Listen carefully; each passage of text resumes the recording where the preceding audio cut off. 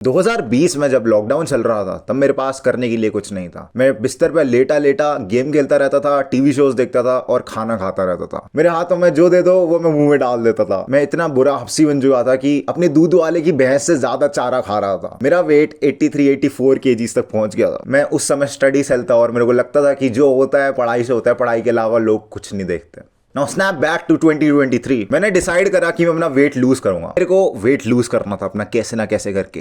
मेरे को अपने आप को बेटर सेल्फ में बनाना था। मेरे को जरा सा भी आइडिया नहीं था कि वेट कैसे लूज करें। मेरे को ये भी नहीं पता था कि कैलोरीज क्या होती है, मसल मास क्या होता है, फैट क्या होते हैं, कार्बोहाइड्रेट्स क्या होता है। मेरे को कुछ नहीं पता था एंड मैंने वहां से शुरुआत करी और आज चेक करके आऊं मेरा 73 किलो है, जिसमें से 67 तक ले गया था मैं अपना वेट और 67 के बाद मैंने मसल मास गेन करा है। अगर तुम्हें कुछ समझ नहीं आ रहा तो मैं तुम्हें वीडियो में एकदम बेसिक से लेकर जाऊंगा और मैं तुम्हें बताऊंगा कि तुम अपना वेट कैसे लूज कर सकते हो। और वीडियो के अंत में मैं तुम्हें एक ऐसा तरीका बताऊंगा जिससे कि तुम 4 से 5 किलो वेट सिर्फ एक हफ्ते में कम कर सकते हो। तो सबसे पहले जानते हैं वेट काम कैसे करता है। तुम जो भी खाना खाते हो ना, वो खाने को हमारी बॉडी एक एनर्जी के यूनिट में स्टोर करती है जिसका नाम होता है कैलोरी। कैलोरी जितनी तुम्हारी डिफाइंड है दिन की, उनसे ज्यादा खाओगे तो तुम्हारा वेट गेन होगा और अगर उनसे कम खाओगे तो वेट लूज होगा। कैलोरीज ज्यादा खाते हो जितनी नेसेसरी है तुम्हें दिन की तो उसे सरप्लस कहते हैं और अगर तुम कम खाते हो तो उसे कैलोरी डेफिसिट कहते हैं। तो इससे समझ आता है कि अगर हमें वेट लूज करना है तो हमें कैलोरी डेफिसिट में जाना पड़ेगा। अब इस कैलोरी डेफिसिट में जाएं तो जाएं कैसे? तुम कहोगे कि यार मैं खाना तो छोड़ना चाहता हूं, मेरा मन भी कहता है खाना छोड़ने को, लेकिन मेरा पेट नहीं मानता, मेरे को भूख लगती है। तो उसके लिए जो सबसे बढ़िया तरीका है वो है इंटरमिटेंट फास्टिंग। तो इंटरमिटेंट फास्टिंग के अंदर तुम्हें अपने दिनचर्या को 2 हिस्सों में बांट लेना है। एक वो वाली विंडो जिसमें तुम खाना खा सकते हो और एक वो विंडो जिसमें तुम फास्ट करोगे, तुम खाना नहीं खा सकते। यूजुअली हम 8 to 16 वाली इंटरमिटेंट फास्टिंग फॉलो करते हैं, जिसमें तुम 8 घंटे कुछ भी खा सकते हो, तुम्हें जो खाना हो वो खाओ, पर 16 घंटे के लिए तुम्हें कुछ भी नहीं खाना है। तुम सिर्फ पानी पी सकते हो, उसके अलावा तुम एक निवाला नहीं गटक सकते। तो इंटरमिटेंट फास्टिंग थी जिसने मेरी बहुत ज्यादा हेल्प करी। इसकी वजह से तुम्हारा एक रूटीन बन जाएगा और तुम्हें ज्यादा भूख नहीं लगेगी। तो एग्जाम्पल ले लेते हैं, जैसे तुम 12 बजे से खाना शुरू करोगे और तुम 8 बजे तक खाना खा सकते हो। उसके बाद तुम कुछ भी नहीं खा सकते, सिर्फ तुम पानी पी सकते हो और उसके अलावा कुछ नहीं कर सकते। इससे क्या होगा, तुम्हारी बॉडी अपने आप एक कैलोरी डेफिसिट में चली जाएगी एंड उसके कारण कैलोरी डेफिसिट में जाने के बाद उसके पास इतना खाना नहीं होगा जिससे कि वो एनर्जी निकालेगी। तो तुम्हारी बॉडी क्या करेगी, जो तुम्हारे ऑलरेडी स्टोर्ड फैट है ना, उसको ही बर्न करना चालू करेगी और उसी से ही सारी कैलोरीज निकालेगी। एकदम ऊंट की तरह है। ऊंट जैसे पानी स्टोर नहीं कर लेता जैसे कि बहुत ज्यादा चल सके अपनी हम्प में, वही सेम सीन है। तुम अपना फैट में एनर्जी स्टोर कर लेते हो और वो फैट तुम्हारा सारा यूटिलाइज हो जाता है। अब तुम कहोगे अगर फैट ही यूटिलाइज हो रहा है तो मैं खाना ही छोड़ देता हूं। ऐसा बिल्कुल मत करना। तुम्हारी बॉडी को थोड़े न्यूट्रिएंट्स की भी जरूरत होती है। वो हर समय तुम्हारे फैट पर रिलाय नहीं हो सकती। बहुत ही ज्यादा इंपॉर्टेंट है कि तुम्हें अपनी डाइट से रिफाइंड शुगर हटा देनी है। एडेड शुगर जो भी होती है ना, जहां पे भी चीनी डलती है, कोई भी जंक फूड हो गया, कोई भी चॉकलेट हो गई, कोई भी आइसक्रीम हो गई, हर जगह जहां पे भी चीनी अलग से डलती है उस चीज को क्विट कर दो। तुम अगर चाय पीते हो, अगर तुम दूध पीते हो और तुम उसमें अलग से चीनी डालते हो तो उसे जितना कम कर सको उतना कम कर दो। चीनी के बहुत सारे साइड इफेक्ट्स होते हैं। चीनी तुम्हारा वेट बढ़ाती है, ब्लड प्रेशर बढ़ाती है, हार्ट डिजीज करवा सकती है, अलग अलग तरह की प्रॉब्लम्स रहती हैं जो कि चीनी कराती है।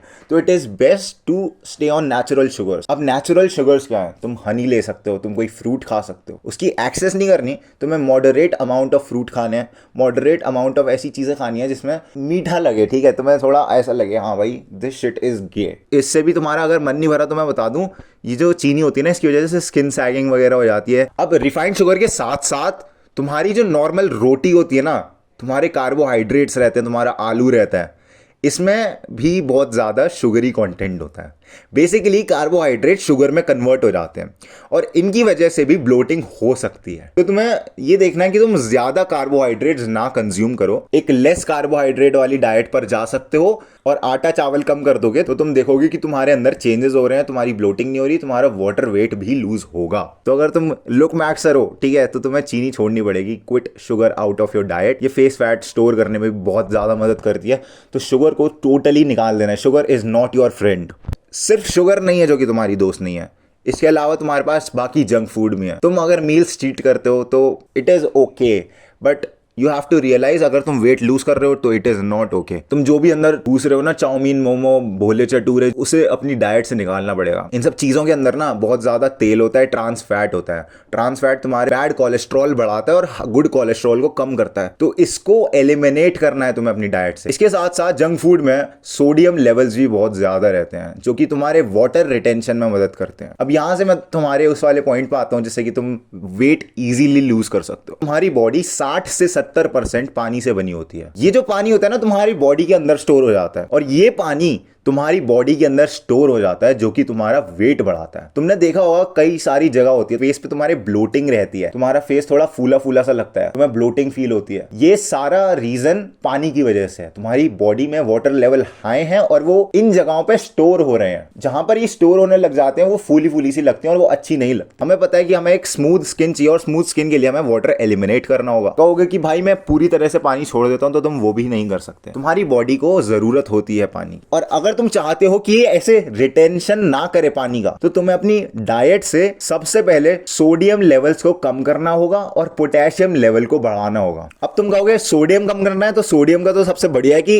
8वीं में पढ़ा था कि NaCl, सोडियम क्लोराइड, नमक कम कर दो। तो ये सबसे बड़ी मिस्टेक करते हैं लोग। तुम्हें अपनी डाइट से नमक कम नहीं करना। जो तुम नॉर्मल खाते हो ना, तुम्हारे घर में डलता है, वो मॉडरेट अमाउंट ऑफ नमक है जो कि तुम्हें चाहिए होता है, जो कि इलेक्ट्रोलाइट्स फॉर्म करता है तुम्हारी बॉडी में। अगर तुम्हारे पास इनफ इलेक्ट्रोलाइट्स नहीं होगे तो तुम्हें दिक्कत आने लग जाएगी। तो तुम्हें मेक श्योर करना है कि तुम एक्स्ट्रा जो जंक फूड से सोडियम क्लोराइड लेते हो, अगर तुम एक्स्ट्रा नमक डालते हो चीजों में, फ्रूट्स में नमक डाल रहे हो एक्स्ट्रा, तुम अगर अपनी डाइट बर्गर पिज्जा में नमक देख रहे हो बहुत ज्यादा नमक है, वो चीज तुम्हें प्रॉब्लम करेगा, वो चीज तुम्हारा वाटर रिटेंशन कराएगा।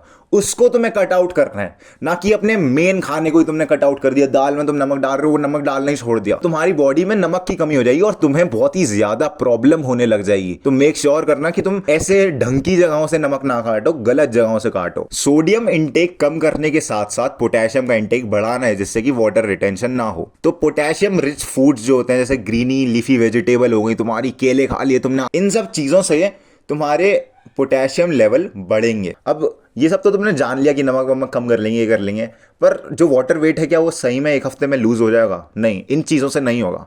अगर तुम्हें सही में वाटर वेट लूज करना है ना, तो तुम्हें हद से ज्यादा पानी पीना पड़ेगा। तुम जितना ज्यादा पानी पियोगे उतना ज्यादा तुम्हारी बॉडी पानी बाहर निकालेगी। एंड उसके बाद तुम्हें लाइक 1 हफ्ते की ऑलमोस्ट साइकिल चलानी है और आखिरी 2 दिन में तुम्हें पानी एकदम छोड़ देना है। तुम जब पानी पूरी तरह से छोड़ दोगे ना, तो तुम्हारी बॉडी में जो भी पानी होगा ना वो निकालना शुरू करेगी, एकदम फ्लश हो जाएगा वो। और उसके साथ साथ तुम नोटिस करोगे कि तुम्हारा जो भी ब्लोटेड वाले हिस्सों में वेट था, जो भी स्टोर्ड वाटर वेट था ना, वो सारा गायब हो जाएगा। इसलिए तुम्हारी बॉडी में से पानी निकल जाएगा। ये उन लोगों के लिए बनी थी जिन्हें सिर्फ वेट लूज करना था। उन्हें फर्क नहीं पड़ता कि मसल मास लूज हो रहा है या फिर फैट लूज हो रहा है, उनको वेट लूज करना था। ये उनके लिए टिप्स थी। लेकिन अगर तुम्हें मसल गेन करना है तो तुम्हें मेक श्योर करना है कि तुम दिन का बॉडी वेट से 1.8 ग्राम ज्यादा प्रोटीन निकाल रहे हो। और अगर तुम अच्छी खासी वेट लिफ्टिंग करते हो तो 2 ग्राम निकालना जरूरी है।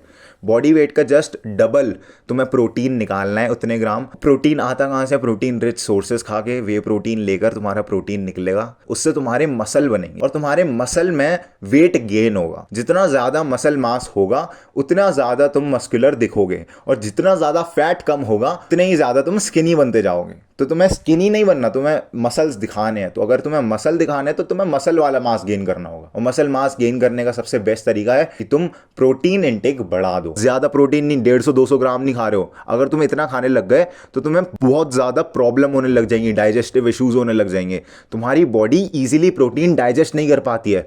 तो तुम्हें मेक श्योर करना है कि तुम प्रोटीन सिर्फ उतना ही ले रहे हो जितनी रिक्वायरमेंट है। तुम इतने समझदार हो, नेट पर जाओ, देखो कि तुम्हारी बॉडी को कितने ग्राम प्रोटीन चाहिए। तुम्हें जिस हिसाब से वर्कआउट कर रहे हो उस हिसाब से तुम्हारे दिन का प्रोटीन होता है, और जब वो तुम्हारा प्रोटीन लगेगा तो तुम्हारे मसल्स भी बनेंगे। Anyways, this was it for the video. अगर तुम्हें वीडियो अच्छी लगी हो तो कमेंट जरूर कर देना। ग्राइंड सेट करते रहे, माइंड सेट तेरा बदल ही रहा हूं मेरी जान।